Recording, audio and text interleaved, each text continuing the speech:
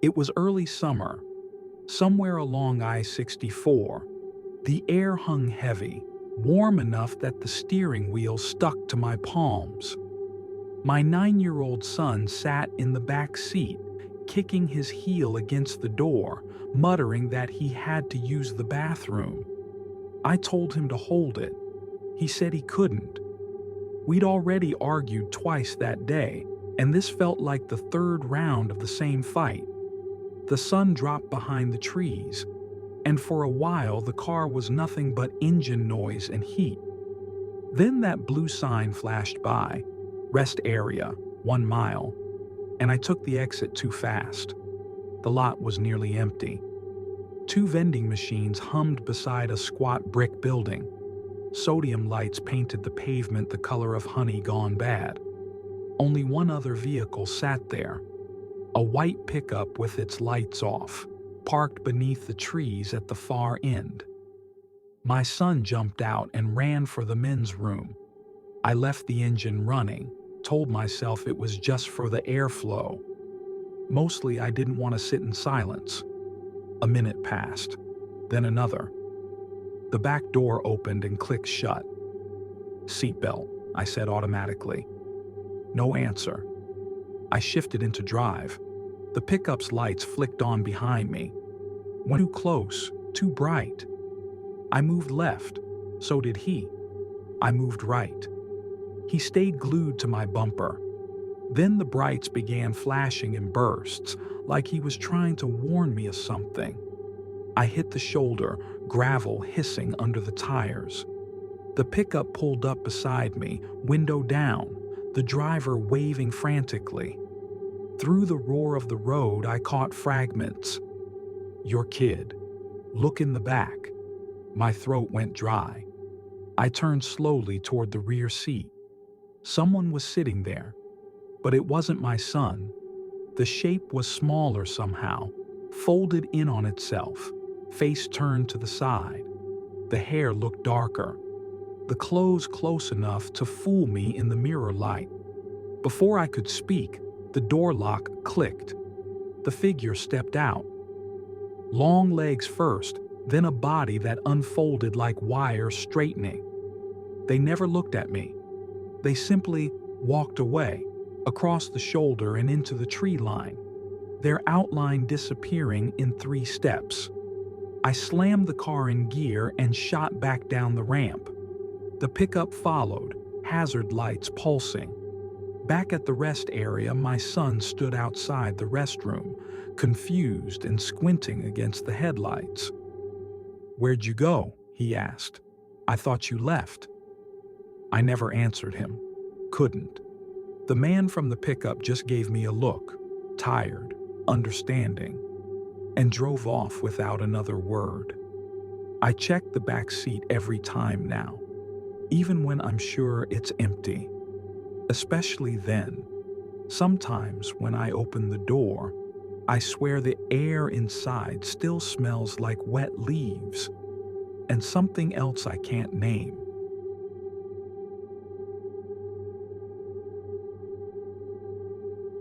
It started with a bell, one of those old brass doorbells you only hear at places off the interstate. I pulled into the truck stop because the wipers were losing the fight. Midnight rain, big rig lot mostly full, diesel rumble under the downpour, the smell of hot rubber and fryer oil hanging in the air. I meant to stop for 10 minutes, coffee, stretch my legs, maybe check the weather radar and decide if I should push on or grab a cheap room. I left the engine running and jogged through the rain to the little storefront. You know the kind, lottery signs in the window, shelves of beef jerky, a counter where the clerk sells cigarettes and hears everyone's life story. When I came back out, the car was dark. I tried the key. Nothing. No click. No dash lights. Just the rain and the distant hiss of highway. I popped the hood, stared like I knew what I was doing. I checked the battery cables because that's what you do when you don't know what else to do. That's when a man's voice behind me said, "You need a jump."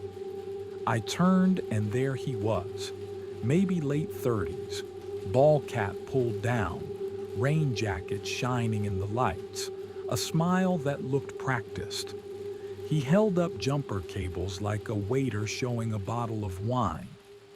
"I keep a pack in the truck," he said. "Happens a lot in weather like this." I hesitated, but he was already waving me toward the far side of the lot where the service bay used to be before they boarded it up. "Easier over there," he said, "out of the spray." I told him the car was dead, no power at all. He nodded like that was good news. "Then it's simple.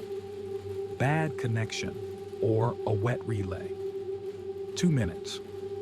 We pushed the car. Tires whispered on wet pavement while the rain came down in lines. He talked while we moved, about the trucks, about driving nights, about how people never carry cash anymore. I barely answered. I kept waiting for my gut to tug me back toward the neon. We rolled into the shadow of the old bay. The light didn't reach there, just a kind of thin gray from the reflected parking lot lamps. He popped the hood on his truck, white pickup, newer, bed full of bins and straps, rain ticking on the lid of a scarred toolbox. "Give me your keys," he said. "I'll get your hood latch." Hands are wet, I didn't move. He smiled and wiped his palms on his jacket. "Sorry, don't want to smudge your wheel. Here." He reached over me and popped the hood from the lever under the dash. "See? Easy." We clipped on the cables, red to red, black to ground. He told me to try it. I turned the key. Nothing. He leaned down between the engine and the radiator, like he was listening to the weather inside the car. "Yep," he said. "Just what I thought. Needs a bump to wake the relay." He went to his truck bed, flipped open the big metal box, and rummaged around. Metal on metal. A tangle of tools. The smell that came out was all oil and something else, like wet rope. "Hold this," he said, handing me a heavy flashlight. The beam showed the rain falling in sheets. It also showed something I hadn't seen before. A second set of jumper leads already clipped to the posts on his battery, running off into the bed and disappearing behind the toolbox. "Extra pack," he said, when he saw me notice. "Redundancy. I do a lot of night jumps." He pulled up a small black box with a cracked screen. "Booster," he said. "Let me hook this in. Won't take but a second." He set the box on my radiator and clipped it into the line he'd already run from his battery. Then he did something that made every hair on my arms prick up. He clipped the last lead to a bare bolt on my frame, then slid his hand down toward the cable connected to my battery and held it there like he was waiting for something. "You'll probably smell it," he said. "That's normal." "Smell what?" "Heat," he said. "Plastic, a little. It'll go away." He told me to try the key again. I turned it, and the dash jumped to life like I'd kicked a dog in its sleep. I didn't start it. I just looked up at him, and he was already closing the circuit on that extra line with his hand behind the booster, the one he kept out of the light. "Go ahead," he said. "Give her a little gas when she catches." I started the engine. It turned like it had never been dead. He smiled and unclipped the lines from my car first, then from his, rolling the cables slow, neat, careful. Rain plastered his jacket to his arms. He never once looked at the sky. "Appreciate it," I said. "What do I owe you?" He shook his head. "Nah, just doing the Lord's work." He said it flat, like a line he knew fit most places. I reached for my wallet anyway, and he put a hand up. "All good, but..." He nodded toward the service bay door, where a padlock hung bright in the beam. "You could help me with one thing. He pointed at a copper ground strap running from the frame to the fender. Mine. Yours is loose, he said. That's your issue. I'll tighten it. But my driver bit is in the back. Grab the red case from the bin marked 3B. He said it like we were co-workers. I took 2 steps toward his open truck bed and stopped. Inside the bed, under the lip where the light didn't reach, were 3 more red cases, all marked 3B, all with different latches. One had dried mud on the corner. Another had a dark smear I didn't want to identify. He saw me seeing them. Anyone, he said. They're all the same.